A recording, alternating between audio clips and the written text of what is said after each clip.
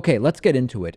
The official line right now on Hillary Clinton's, I guess we'll call it a collapse or fainting spell over the weekend, is that she indeed has pneumonia, which she was powering through to continue her campaign. Friday morning, she was initially diagnosed with pneumonia. She was given antibiotics, and it was recommended to her by her doctor that she cut back on the campaign schedule.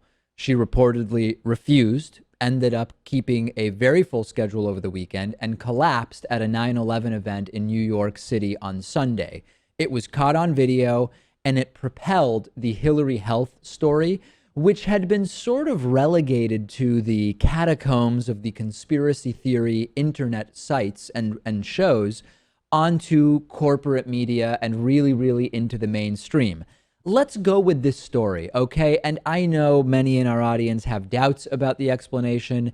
I know that I've expressed that at minimum, it was a story that was really not well handled by Hillary's team. Let's go with the story that Hillary Clinton was indeed diagnosed with pneumonia on Friday. Like many people, she continued to work through an illness that, as people do, whether or not they're running for president, and that things came to a head at the 9/11 event on Sunday, okay? Can we say that this was objectively a mistake by the Clinton campaign? Defenders of Hillary Clinton's campaign have written to me, and they said, David, she didn't announce her illness because she's stronger than that, and she wasn't looking for sympathy, and she was continuing to campaign. That's why there was no announcement of the illness on Friday. She didn't want to take time off because that would have drawn attention, and she, quite frankly, didn't think that she needed to take time off. There are others who have written to me, and they've said, well, David, think about it. Hillary Clinton is already being slammed in the catacombs of the internet, as I said, for supposedly hiding a serious illness.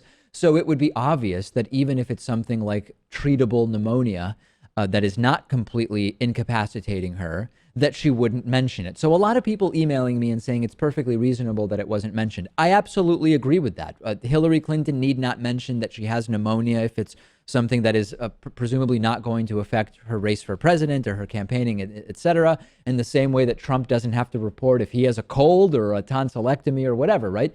But there's no doubt that now the story is not going away. Donald Trump has been pushing the Hillary health stuff for a while. He now has more ammunition. The right-wing shows like Alex Jones, they're apoplectic over this. They've been going crazy for months without something like this happening. Now it happened, and they are completely off the wall, emboldened. Corporate news sites talked about it for 24, even 48 now, as we get to the 48-hour mark after this story and more. They keep talking about it. Is there a silver lining here? Maybe. Hillary Clinton has agreed to release additional medical information soon, in the coming days, presumably this week.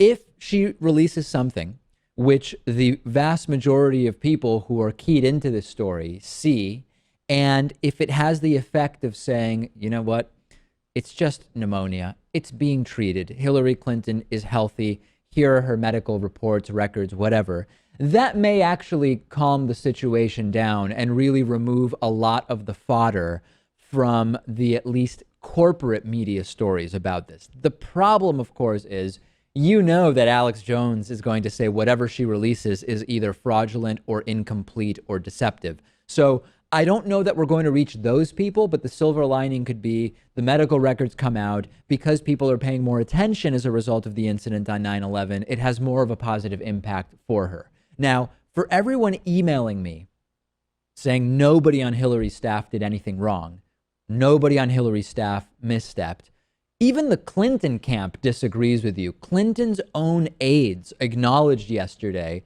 that they did take too long to explain what was going on.